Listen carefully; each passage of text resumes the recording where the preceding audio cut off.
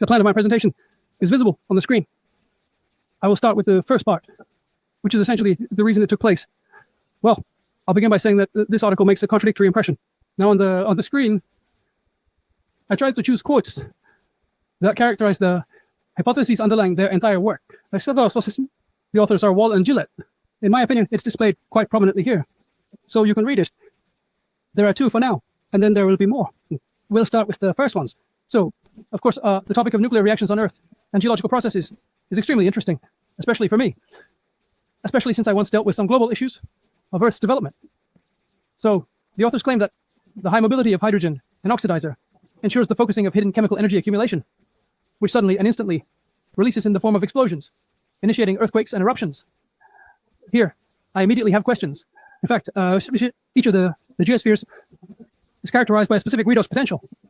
We do not have separate hydrogen and oxidizers. Through a common matrix, through which, through pores and a lattice, hydrogen passes through. And the oxidizer, primarily oxygen and sulfur, they do not occur in free form. And if they do, they immediately form water. Thus, in their view, for there to be an explosion of chemical energy, there must be a chamber where both oxygen and hydrogen accumulate. And like an explosive mixture, an X explosion occurs. Moreover, they believe that this very chemical explosion, it initiates earthquakes or eruptions. Well, this is the second issue about whether there are free cavities that are sufficiently large, because in small porous chambers, no explosion occurs. But here lies the problem. The fact is, it is impossible at great depth to form such free cavities for some time, just under pressure. Well, almost all rocks, they are plastic. They just collapse these large chambers and pores. Therefore, their first position, well, it's very hard to agree with that. The second point is that volcanic eruptions are a special type of earthquakes where the hypocenter rises to the Earth's surface. This is entirely a geological problem. In fact, this point also raises significant objections. But essentially, this is the place where earthquakes begin. So here we can pinpoint, using geophysical methods, the exact location from which seismic waves spread. The currently accepted position is that there is a system of such seismic objects which are located in 90% along the shores of the Pacific Ocean on both coasts. That is, in addition, both earthquakes and volcanism are linked there, 90%. Besides, there are individual large volcanoes that are located, let's say, they can be in the ocean as individual islands or chains of islands. When the plate moves, they, so to speak, they are already connected with the process of magma rising, the so-called plumes, that is molten rocks, which rise from great depths, heating all this up. And when they reach the lower surface of the crust or lithosphere, upon weakening, they explode and create an outflow of molten magma. These are the 2 main types of volcanoes. So they kind of assert that when a volcano is a type of earthquake. Indeed, volcanoes are connected. In principle, to help non-specialists understand, the main thing is that such active geological processes occur when one plate dives under another and slowly submerges under it. It drags along water-containing sediments. And when these sediments reach a certain depth, the water boils, and together with the magma, indeed, suddenly forms a volcanic eruption. In principle, this does not occur on the Earth's surface, but only at the depth where the boiling and accumulation of volatile components take place. Therefore, this point is also somehow, especially since they are specialists in geology. Now, the third point. In a chemical explosion, additional energy is released due to some energy-rich nuclear reactions that synthesize elements lighter than iron. Moreover, part of the released energy creates favorable conditions for low-energy synthesis of elements heavier than iron, leading to the formation of primary deposits of such elements as uranium, thorium, gold, noble, and rare earth metals. So, as follows from the 2 points we discussed above. Such a chemical explosion is extremely unlikely. I would say it is some kind of rarest coincidence of circumstances. More often, it is not a chemical explosion or the release of chemical energy, but the boiling of water, or more precisely, water-containing deposits. They believe that this is sufficient for such an explosion to create conditions for a nuclear fusion reaction to occur. What they write immediately after it, I am literally quoting, is that conditions are immediately created for synthesis of heavy elements. We all know how difficult it is to form or produce this, even in artificial conditions. Moreover, we quite broadly vary these conditions. And so this explosion, which is not really a chemical explosion, but just like a boiler explosion that is overheated with steam, it just instantly, all of this volatile stuff comes out. And in this volatile state, meaning in the form of gas, the reaction is extremely difficult, and that's why they struggle. Why then? How in the gas, or so to speak, make nuclear reactions occur? Further then, he claims that these light elements were formed, and then also the heavy ones. But in this case, generally speaking, near volcanoes we should have high radioactivity, deposits of gold, rare earth metals. In reality, where this mainly happens in the so-called Pacific belt, that there are no such deposits there. These metals form as a result of complex processes. Well, for example, when hot magma rises, which heats the sedimentary rocks, forming hydrotherms with very high temperatures, which extract these metals and then carry them out as thermal deposits. So there is no direct connection with volcanoes. Moreover, the last point, which is particularly intriguing, is that these listed elements could have been and probably were created on Earth, rather than brought from supernovae or distant galaxies, as far as we know. This hypothesis has not been proposed until now. But if we talk about hypotheses connected to the process of nuclear, the statements regarding earthquakes and volcanoes were made. Moreover, there is a whole series of observations. For example, after a volcanic eruption, an increase in tritium by 2 or 3 times is recorded nearby. Moreover, into the rocks surrounding volcanoes, tritium was also found. Right? It was very difficult to separate this from the data of nuclear tests. But in this case, when they are near the volcano, it is undoubtedly related to the volcanoes. But this, generally speaking, in the Russian region, and here indeed, because the half-life of tritium is very short, 12.5 years, this clearly occurred in the volcano itself. However, in my opinion, if this is the case, it is more likely still related to cavitation processes that accompany the bubbling magma and superheated gas water solutions. And indeed, in geysers, we have an increase. Well, in this case, not so much tritium as the ratio of helium 3 or 4 there. But here, the question arises about whether these phenomena, which, although difficult to deny, assert that they lead to the formation of deposits of these metals, which are generally so important that there is a vast amount of literature on uranium, on gold, on rare earth metals, and this phenomenon, by no means, cannot be the primary factor in their formation. Therefore, the positive aspect is that the authors, once again, drew attention to the LENR process and the fact that they, so to speak, tried to make it almost the main process of formation of heavy and light elements. But it is extremely hard to agree with this. I have not yet talked about earthquakes. There are Italian studies where it is noted that during earthquakes, there is some increase in neutron background. In the work of 2 authors with the surname Teres, they are Russian or Ukrainian authors. They generally assume that earthquakes create such high pressures that they increase the pressure to millions of atmospheres. As a result, thermonuclear fusion, which is difficult to achieve under artificial conditions, occurs in the Earth's core. But this hypothesis also has no basis. Because, well, it is known that if such high, even short-lived conditions existed, then one could observe high-pressure phases, and a whole set of them could easily be seen near earthquakes, but not about free hydrogen. All the hydrogen there is, I will talk about this later. It is, of course, in a bound state, and earthquakes cannot create conditions for thermonuclear fusion. It so happens that throughout the year 1997, we simultaneously dealt with problems and the theory of the experiment. And here are 9 works. They directly relate to geological processes. I won't list them. I'll show this as a continuation. But all this started at a time when it was considered pseudoscience. Therefore, to study the processes of nuclear fusion in the core, both theoretical and experimental research needed to be conducted. An experiment at pressures corresponding to the core is impossible, but we firmly know how it functions, how the increase in this pressure favors nuclear reactions.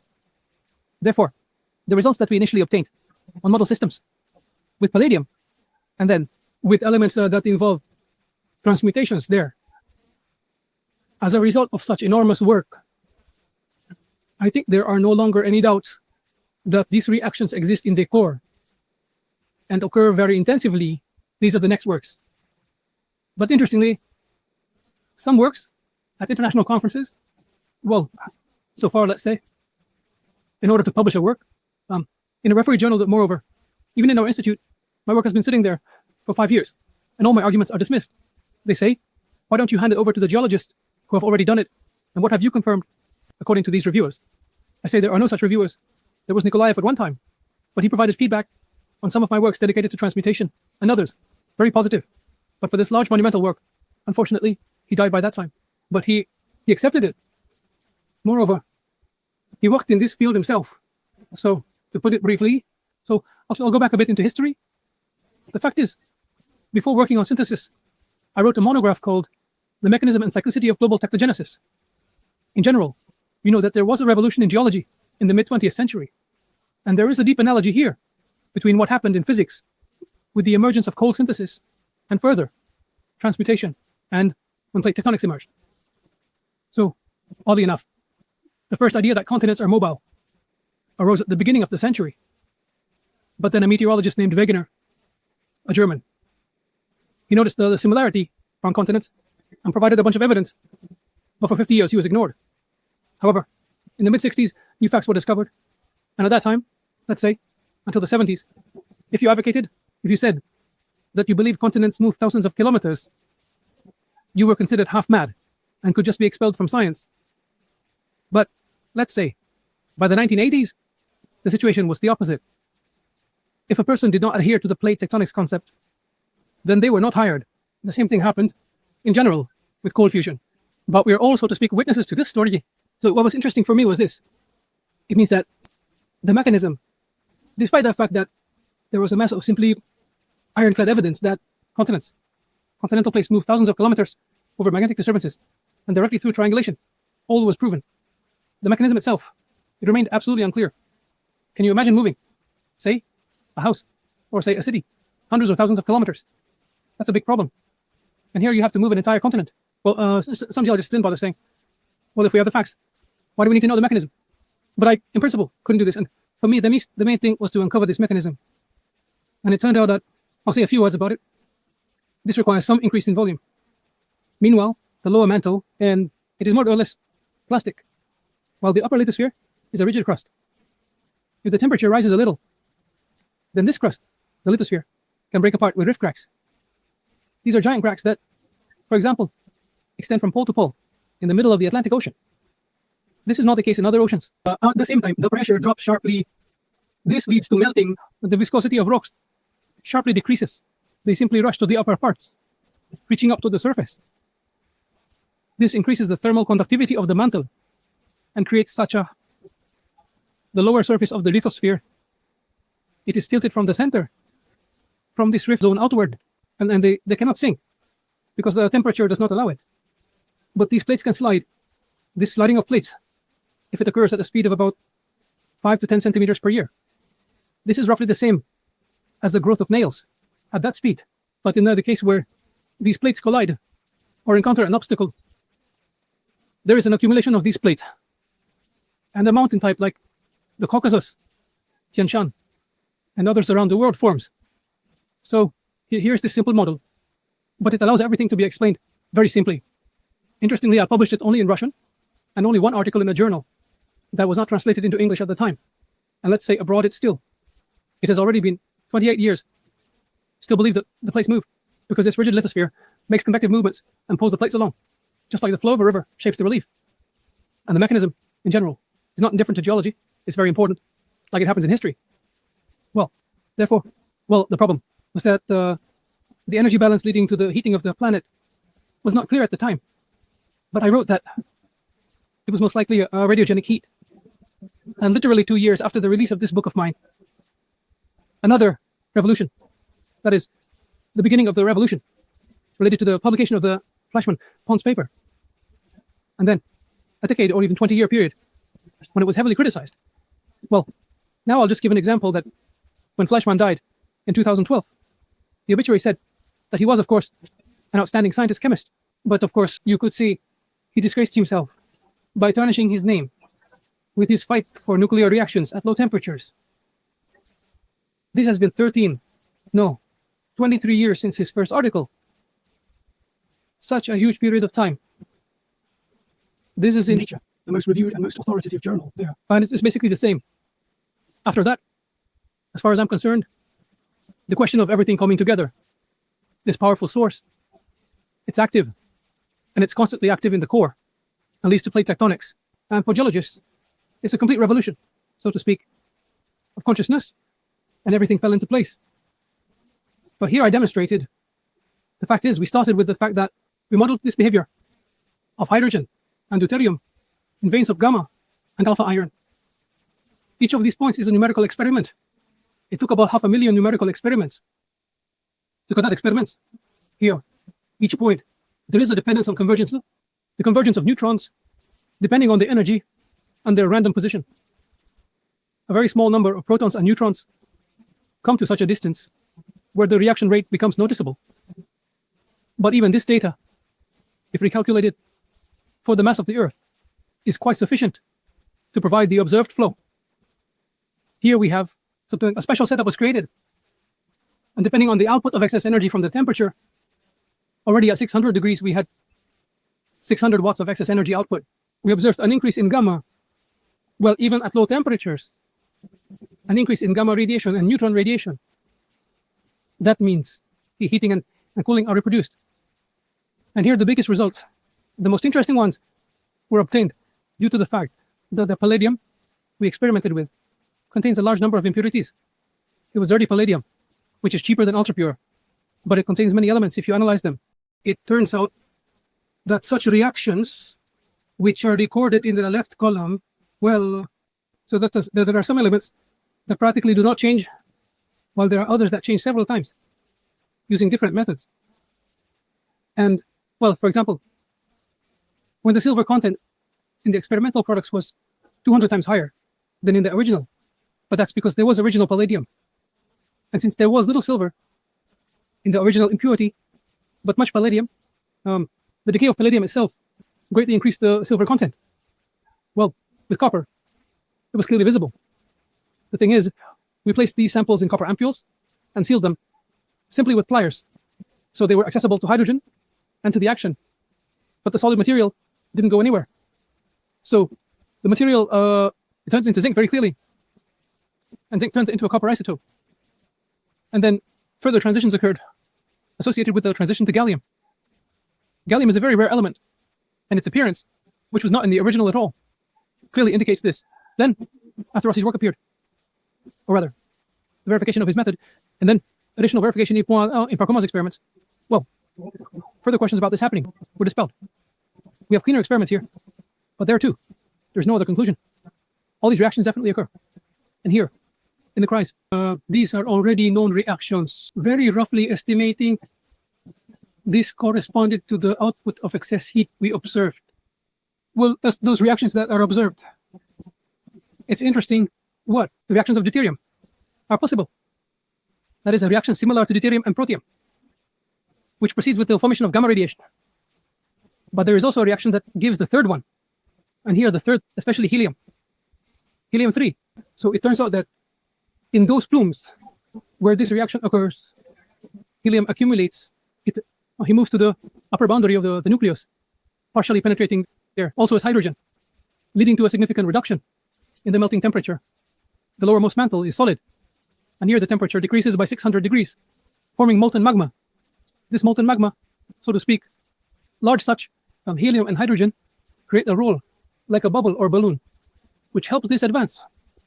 But because the melt is significantly lighter than the surrounding solid lithosphere, it moves slowly. The speed is approximately 1 to 2 centimeters per million years, and that's it. But sometimes these huge masses move toward the lithosphere and cause eruptions in rift zones. The entire eastern Siberia has such grand multi-layered deposits. These are easily melted basalts, which are like extractions from the mantle material. At its core, this is still due to those reactions that occurred in the core. That's it. The best indicator of this deep origin, and that these are nuclear reactions, is a helium-3 to helium-4 ratio, which changes by several orders of magnitude. To capture isotopic illumination, well, an accuracy of 2 to 3% is sufficient. Isotopic determinations are very high, and here to 1,000, and it changes tens of thousands of times. There, definitely like in the melts themselves, which are right next to deep volcanoes and geysers that are around. For example, in the western United States, there is an area where this hot plume is approaching such, well, already several hundred kilometers from the surface, and in principle, it should explode. This could lead to colossal disasters, but it is still several thousand years away from that. But in geysers, since helium still passes separately from it, it enriches with this helium-3. And in geysers, there is a clear increase in helium-3, helium-4 relationships. So this question at the moment, I believe, well, it, so to speak, about a whole range of words that show that, well, there's no way out. Does it contribute with the phenomenon? Well, in volcanoes have any effect? In my opinion, it's literally a drop in the ocean. That is, it cannot be denied in any way. But compared to those enormous phenomena that move plates, that change, there are others. This is confirmed not only by helium, but by a number of other, well, for example, isotopic composition. The isotopic composition of iron, sulfur, nickel changes. Well, there you can always, so to speak, argue that it's possible. But these processes are absolutely unequivocal. Thus, one can state that the question that low temperature, low energy nuclear reactions have fundamental significance for Earth sciences, it is currently undeniable. We went through a more difficult path. We needed to develop modeling and modeling methods, and the experiment all that time. And besides, so to speak, not that it was not funded, we were always under the Damocles sword that we could be dismissed for pseudoscience. So now I would like to, well, I believe that the question of theoretical justification, well, it's still in general is ambiguous for me. I believe that the end product is, if we have calculated all this quantitatively, whereas just the idea that this component plays such a role without calculation is generally not very convincing. But it's impossible to deny that there could be other processes. In this regard, I can state that I can note that what in recent years Alexander Grigorievich Parkhomov has managed to achieve a completely new approach. Everything we did here, all these phenomena related to hydrogen that he has, I assume that there were, so to speak, some residues of hydrogen, but in general, he has quite convincing grounds related to neutrinos, with low energy neutrinos. In principle, I mostly agree, but some things are still, so to speak, not entirely clear to me. In particular, how is his role allows bringing closer at the distance of nuclear fusion. And here I have some other ideas. But in recent years, I've practically started engaging in several things, because it seemed to me that not only cold fusion, but a whole range of phenomena in physics are simply fundamental mysteries that are still not understood. Therefore, in recent years, I wrote 3 books that are connected.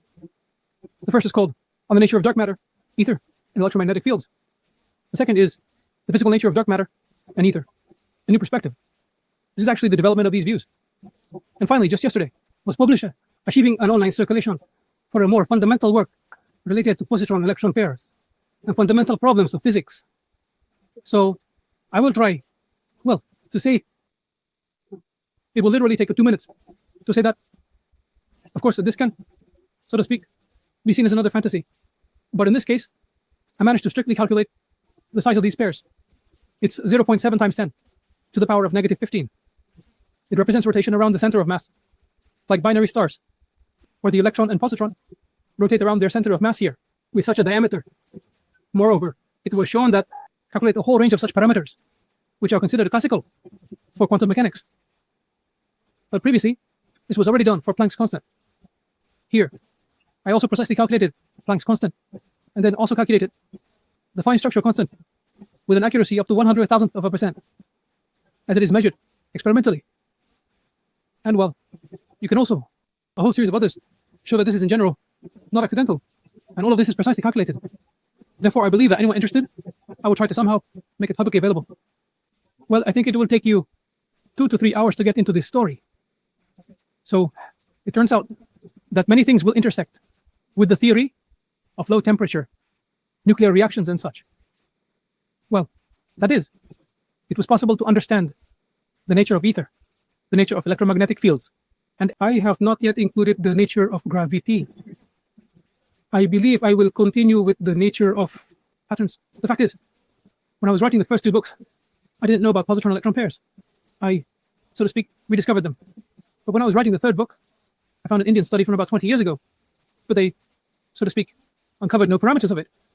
That is, they didn't determine its size, properties, or anything further. They didn't connect it with others.